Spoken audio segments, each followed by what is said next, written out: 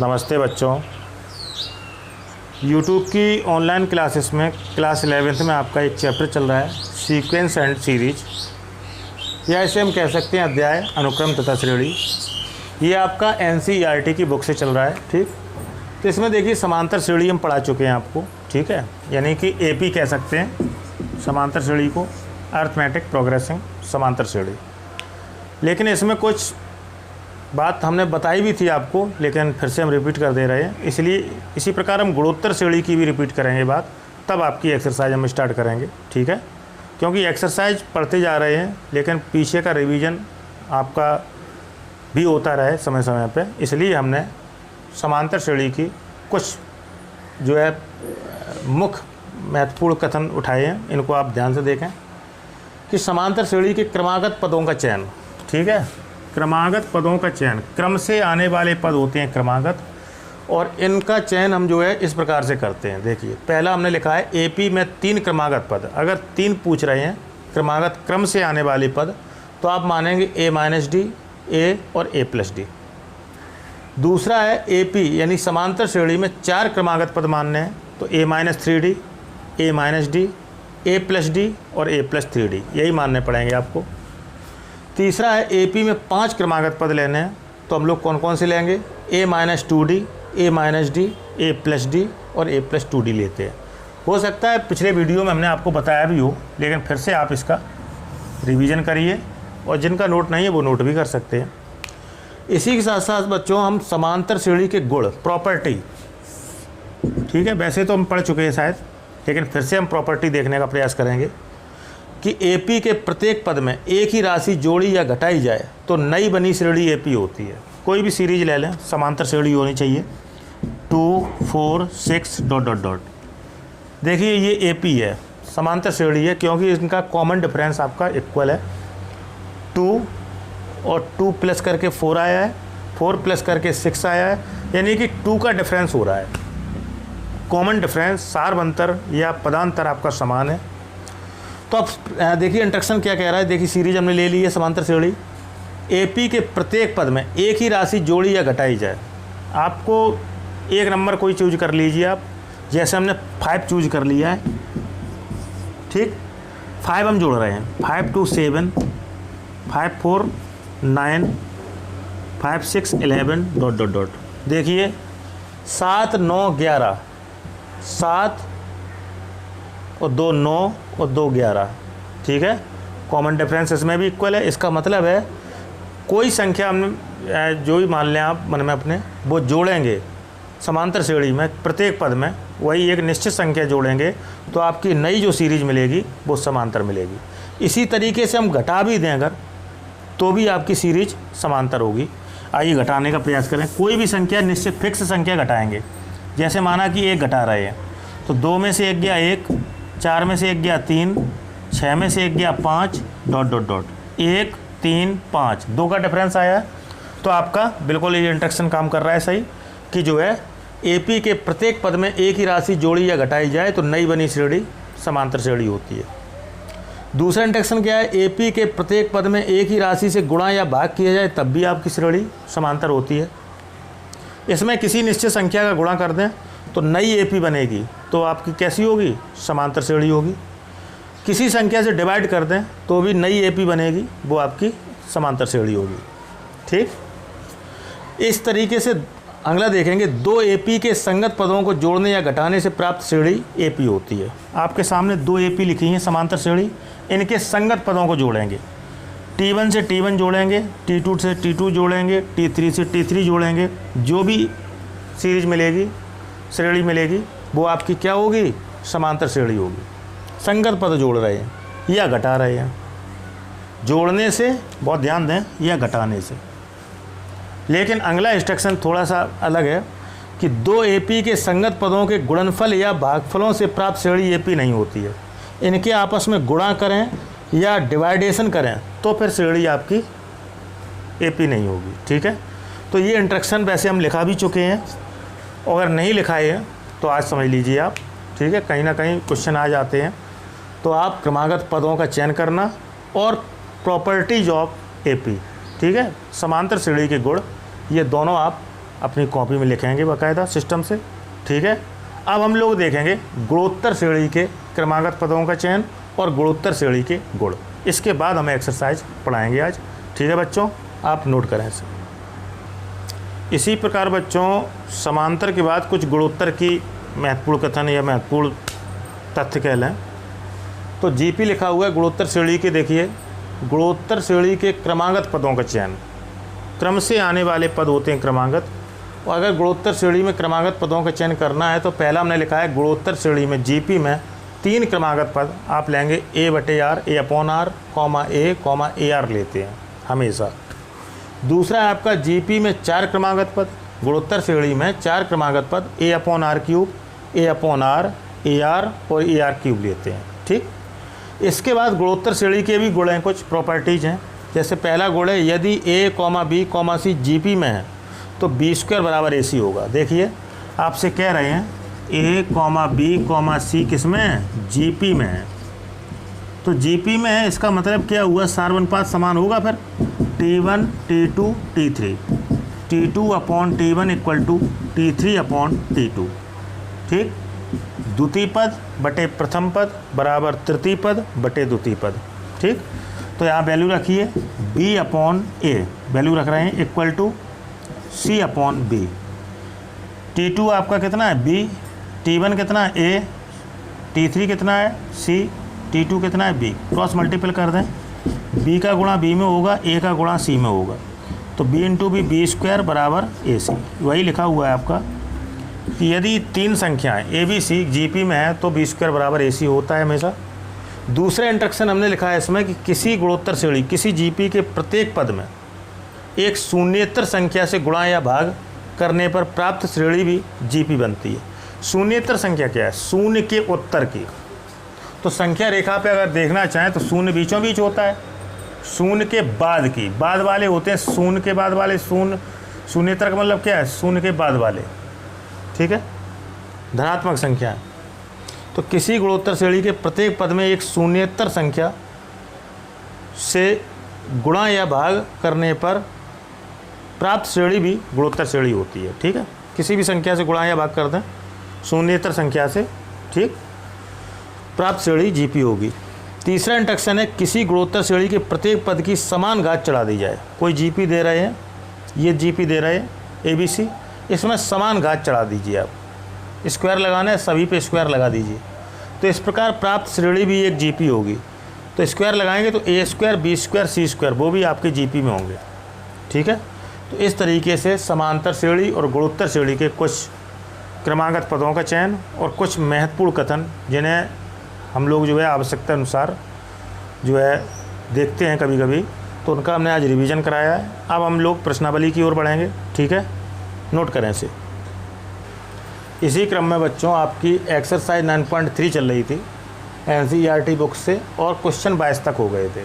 ये question number 23वां बताने जा रहे हैं आपको कि यदि किसी गुणोत्तर श्रेणी का प्रथम तथा nवां पद A और B हैं क्रम से, ठीक, किसी जीपी में, किसी गुणोत्तर श्रेणी की बात कर रहे हैं, किसी जीपी में आपसे ये कहा जा रहा है कि प्रथम पद, ठीक, प्रथम पद आपको क्रम से दे रहे हैं A और nवां पद दे रहे हैं आपको, nवां पद को TN कहते हैं, ये आपको दे रहे हैं B, ठीक। तो सार्वनुपात मान लीजिए, माना कि किसी जीपी में माना कि सार्वनुपात बराबर R है, ठीक। तो प्रथम पद आपको क्लियर है, A दे रहे हैं, nवां पद TN = B दे रहे हैं, तो आप nवां पद का सूत्र लगाइए A × R⁻n−1 = B, ठीक है। ये वैल्यू आप लोग जो है दिमाग में रखिएगा।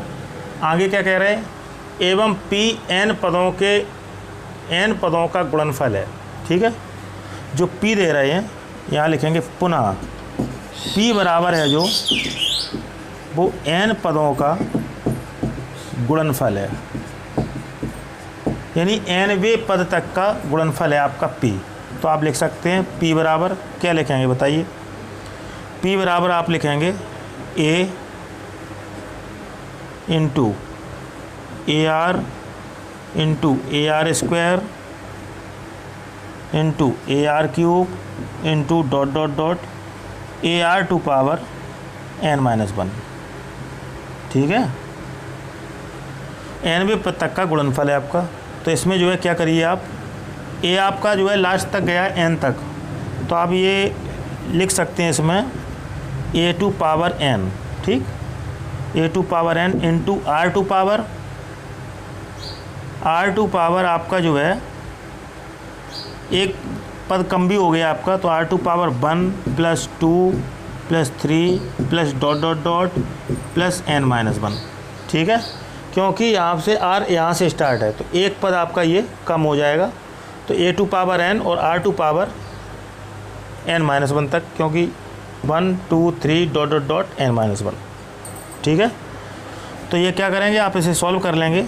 A⁴n इंटू R⁴, ये एक समांतर श्रेणी बन रही है, तो इसका योगफल निकाल सकते हैं आप, ठीक है, या तो डायरेक्ट निकाल लें। डायरेक्ट बनेगा आपका n-1/2, ठीक है, नहीं तो वैसे योगफल जैसे ज्ञात करते हैं समांतर श्रेणी में वैसे ज्ञात कर सकते हैं, ठीक है। इसके बाद आप लोग क्या करेंगे, ये वैल्यू आ गई आपकी p की, ठीक, p की वैल्यू है ही हमारे पास में, a और b की वैल्यू है हमारे पास में, ठीक है। तो हम लोग क्या करेंगे, अब इसमें रखेंगे जो हमें प्रूव करना है। तो सिद्ध कीजिए कि p² बराबर, यहाँ दिखाएंगे टू प्रूव, आपको प्रूव करना था p² बराबर a⁴n, ठीक। तो इसमें वैल्यू रखिए, आप इसे सॉल्व करेंगे, LHS = RHS आएगा। p का वैल्यू रखिए A⁴n इंटू R⁴n n-1/2 का होल ऑफ स्क्वायर, p² लिख रहे हैं आप, ठीक है। इसी तरीके से a इंटू b की होल पावर n, तो आप a के रिप्लेसमेंट में यही रखें, क्योंकि a आपका यही रहेगा, a की वैल्यू है ही नहीं आपके पास, और b का वैल्यू ये लिखा है AR⁴n-1, ठीक है, AR⁴n-1, AR⁴n-1, a और b की वैल्यू रख दी, यहाँ पे होल पावर n लगाएं। ये दोनों साइड आप सॉल्व करें, ठीक। तो घात पे घात लगी, घात का आपस में गुणा, तो a की पावर n, बहुत ध्यान से देखें, इंटू R⁴n n-1/2, ठीक, इंटू 2 बराबर, यहाँ पे ये सॉल्व करें आप, a इंटू a आपका a² रहेगा, R⁴n-1 होल पावर n, 2 से 2 कट जाएंगे आपके, A⁴n into R⁴n n-1 equal to, घात पे घात लगी, घात का आपस में गुणा करेंगे, A⁴2n, यहाँ भी A⁴2n हो जाएगा, घात पे घात लगी, घात का आपस में गुणा, A⁴2n R⁴n और n-1। तो हम लोग देख रहे हैं कि LHS = RHS प्राप्त हो रहा है आपका। इसका मतलब ये है कि जो हमें प्रूव करना था वो बिल्कुल आपका सही है, p² = a into b to whole power n। a और b की वैल्यू रखी RHS में और p की वैल्यू रखी LHS में। आपकी ये तीनों वैल्यू आपके पास में है, a, b और p, ठीक है। इसे आप नोट करें। इसी प्रकार बच्चों क्वेश्चन नंबर 24 है, दिखाइए कि एक GP के प्रथम n पदों का योगफल। देखिए क्या दिखाना है आपको, प्रथम n पदों का योगफल, ठीक है। प्रथम n पदों का योगफल GP के गुणोत्तर श्रेणी के प्रथम n पदों का योगफल तथा n+1वें पद से 2nवें पद तक के पदों का योगफल, ठीक है। GP के गुणोत्तर श्रेणी के n+1वें पद से, ठीक है, 2nवें पद तक के पदों का योगफल, 2nवें पद तक का योगफल का अनुपात बटे लगाई दिया है, अनुपात आपका 1/Rn है, 1/R⁴n है। तो मान लीजिए, माना कि गुणोत्तर श्रेणी का प्रथम पद a तथा सार्वनुपात, इसकी वो हम पदानुपात कहते हैं, ठीक है, सार्वनुपात या पदानुपात, ठीक है, पदानुपात = R है, ठीक। करना क्या है, यहाँ पे लिखेंगे तब जीपी के प्रथम n पदों का योगफल, इसे कहेंगे आप Sn। बहुत ध्यान से देखें, जीपी के n+1वें पद से 2nवें पद तक का योगफल, n+1वें पद से 2nवें पद तक के पदों का योगफल, इसे हम लिख सकते हैं आप S2n माइनस Sn। ये आपका आना चाहिए 1/r⁴n। ठीक है, इसे आप सॉल्व करेंगे, इसमें सूत्र लगेंगे। तो Sn का फॉर्मूला आप जानते ही हैं आप, a 1 - r⁴n upon 1 - r upon S2n का फॉर्मूला बनाएंगे आप a 1 - r⁴2n upon 1 - r minus Sn का फॉर्मूला बनाएंगे a 1 - r⁴n अपॉन 1 - r। ठीक है, ये अपॉन चल रहा है, इसे आप सॉल्व करेंगे। जब सॉल्व करेंगे, ये सिस्टम से सॉल्व करेंगे, भिन्न बन रही है। जब इसे सिस्टम से सॉल्व करेंगे तब आपका निश्चित ही 1/r⁴n प्राप्त होगा, जो हमें सिद्ध करना है। ठीक, तो इसे आप इतना सॉल्यूशन आप होमवर्क में करेंगे, भिन्न बन रही है, एलसीएम लेके तब इसे हल करेंगे। ठीक है, इसे आप नोट करें। इस प्रकार बच्चों आज के लिए हम इतना ही पढ़ाएंगे।